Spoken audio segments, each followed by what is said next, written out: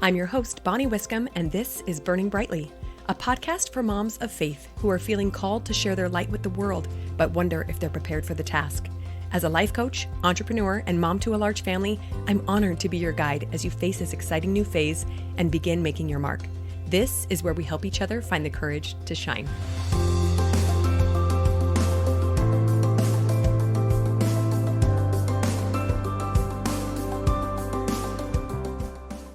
Hey there, friends. Welcome back to Burning Brightly. I cannot wait to talk to you about a little concept that has been in my brain for a little while, and it is the concept of our worth versus our works, or in other words, what we are worth and what we actually do with our time and effort, okay? So this is one concept that actually beautifully applies to both business and faith, which I love when there's that overlap. Truth is just truth, and it applies in so many ways. So as believers, we know that we are all children of God, right? It means that we are divine beings. We have this worth that can't be touched.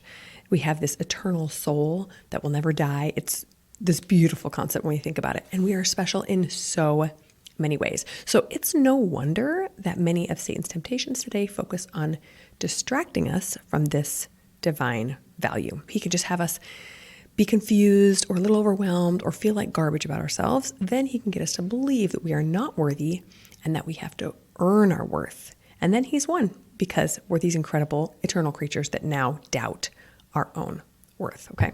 So anytime we begin something new, I've noticed this, anytime we begin something new, whether we enter a new relationship, we get married or something, we become parents for the first time, we have a new job or a new business or anything that is new, we have to remind ourselves of our eternal value, that it is whole and impossible to diminish. So why do we need this reminder? Well, basically because anytime we start something new, we mess up. Surprise, surprise, we're human beings. That is the point, right? Is we're here to try and to screw up and to stumble and fall and to learn and get back up again. So even in areas where we have many, many years of experience, like business or relationships, parenting, for example, this is still true. We still mess up on the daily. And so if we do not remind ourselves that our worth is untouchable, we might be willing to give up and feel really, really crummy about ourselves. So when we make mistakes, it's important to realize that our brain panics because it thinks that something has gone wrong and it tries to tell us that there is something wrong with us often. If that's not the case, then often we blame other people, right? We're just looking for some way to relieve some of that discomfort that we're feeling because we made a mistake. So very often it's things like, oh, I'm such a dummy, or I screwed up again, or I'm not meant for this, or, I'll never be good at this. We kind of have this really doubtful, poisonous mental spiral we can go down, which is why I love to coach on business mindset, because if our mind is not in a good place, we will never be able to accomplish anything. So I really love this analogy of $100 bill. Okay, think about $100 bill and all the things you can buy with it. Maybe not as much as 20 years ago, but you can still buy quite a bit. What happens if that bill gets wrinkled up? Is it still worth $100? Yeah, of course. What if it gets dog-eared, or what if it gets lit on fire and not consumed? Like there's still some left. What if it gets torn in half? Did you know that mutilated bills can be replaced? You can take it to your bank and just get a brand new one. Why? Because that $100 bill is always worth $100, even if it is severely damaged. So I try to think of myself and also my other fellow humans in the same way. Regardless of what we've experienced or what we've been subject to or actions we've performed that have damaged us in some way, it doesn't devalue our worth. So things like mental issues that we have struggled with, or maybe we've been mentally abused or emotionally abused, maybe spiritually we're kind of beaten down and feel a little bit damaged, we're still whole inside. Isn't that a beautiful concept?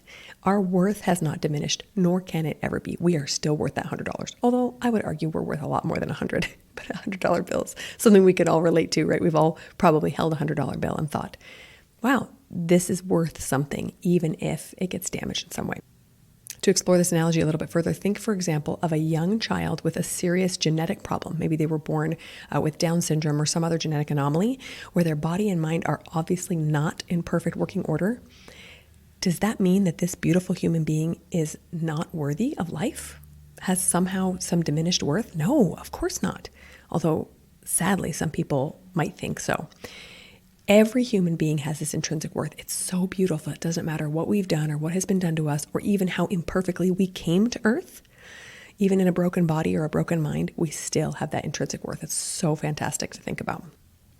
And it's important that we as believers remember that knowledge and share it with others, because it's not common knowledge. Not everyone believes that every life has that much intrinsic value and that all of our worth is whole and divine. Nothing we do or don't do, or nothing that is done to us, can damage that worth. So back to business for a second. As I work on my business, this is vital to remember. Why? Because I mess up. If a project fails, or a customer or a client hates me, or if I even lose thousands of dollars and drive our family into bankruptcy, my worth is still not diminished. I am still worthy and eternally valuable no matter what I do. Doesn't that just take off some of the pressure? All of a sudden, we're thinking, oh, well, I'm free to try whatever I want then, because my value is not diminished, even if I do something that seems dumb or seems like a big mistake. That is par for the course. It's really, really an incredible gift that we can hang out here on earth. We can try new stuff. We can mess it up day in and day out, and we never make ourselves less worthy of God's love. Pretty incredible. And I think a truth that the entire world desperately needs at this point. Another reason why it's so critical to remember this worth is because if we truly understood our eternal and unchanging worth, don't you think we would want to change our works to reflect that? So my first point was that our works cannot diminish our worth. It stays unchanging and eternal and incredible no matter what we do. But don't you think if we understand our worth, we want our works to kind of rise up to meet it, right?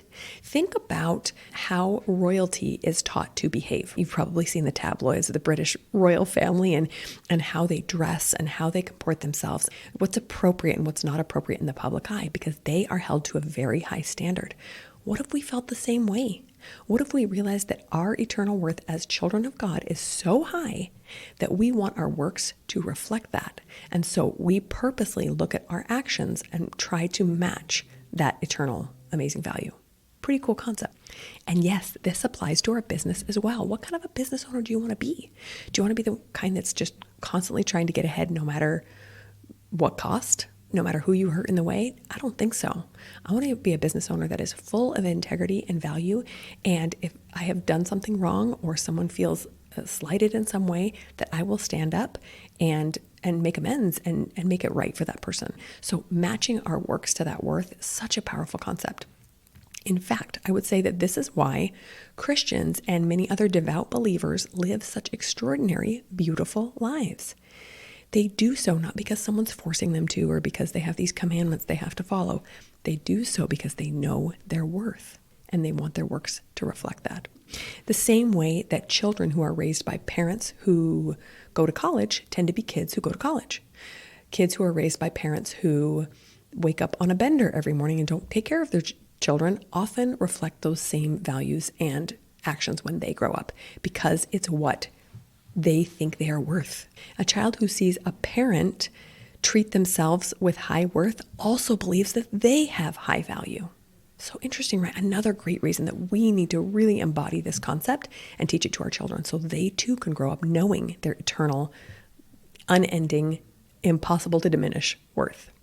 At this point, it is important to remember that our works still matter, not just so that they measure up to our worth, but because that's one of the points of earth life. We're here not so that we can indulge in this wild free-for-all and we're just running around like it's Lord of the Flies. We're here to be tested and tried and figure out how to perform works that match up to that worth, right? So God has given us some basic guidelines in order to create and maintain that peace and harmony that He has promised us, and to give us our best chance at joy. God wants us to be happy. We want to be happy. Best way to do that? Follow His guidelines for living here on earth. Things like treating each other with love, with charity, caring for those who can't care for themselves, staying morally clean, and more. All the commandments and things that our faith leaders have taught us will bring our works in keeping with that divine value that we know about now, and will bring us the greatest happiness. Now, here's a word of caution. Satan can use our knowledge of our eternal value to tempt us to ignore God's commandments. How? Well, through popular slogans like, "You are perfect exactly the way you are." Now, I understand that a slogan like this has really good intentions, trying to teach people that they don't need to change themselves in order to be loved. Absolutely true. We have that intrinsic value no matter what we do. That's exactly what we started this episode with. However, what that doesn't mean is that we never have to make any changes or improvements because, hey, that coffee mug slogan said I was perfect just the way I am. Not quite. We have this eternal, undiminishing worth, but we are imperfect and we always will be. Our value is immense and cannot be diminished, but the point is that we come here imperfectly in order to try to measure up, in order to try to act as God would have us do. And it's hard. Like, again, that's the whole point of coaching, is to figure out how to manage our minds so that our works can measure up to the kind of person that we know we are inside. So back to business. How does this apply? Number one, when you mess up, when you fail, when customers and clients complain, understand that has nothing to do with who you truly are. It is just a project. It's just an experiment like we talked about last week, right? It's just something to try to see how it works and see how we want to change things in the future to get the results we're looking for. Secondly, to be an example of what is possible and what is good and beautiful in the world. I have been so inspired by other women and men of faith who have built businesses because they do so with an integrity and a joy and a love of life that is just fun to watch and is just so inspiring to witness. So we can do the same for other people. We can show them that building a business does not mean cheating people. It doesn't mean pushing to get ahead. It doesn't mean ignoring and neglecting your family. It doesn't mean leaving your faith traditions. You can still be a beautiful believer in God with this eternal worth that can never be diminished, and a successful business owner who rides the highs and lows of business, rides that roller coaster, and still comes out on top because they know that those mistakes do not diminish their worth. Those highs and lows are all part of the deal, and it's a beautiful, beautiful ride if we can look at it from the right perspective. So as I build my business, I try to regularly ask God how I can get my works more in keeping with that divine potential. And I know He has a plan for me. I know He has led me into business in order for me to do good, put more good and beautiful value out into the world. So I ask Him for help, and then I get busy and I watch Him do His work through me. It's a beautiful, beautiful experience. Okay, friends, we'll talk to you next week. Are you looking for even more wisdom and encouragement to burn brightly? Click the link in the show notes to download the free starter guide to building a business of your own, or to schedule a free coaching call with me. And if you loved this episode, don't forget to share it with a friend who might be feeling the call to burn a little brighter. Thanks so much for listening. I'll talk to you next week.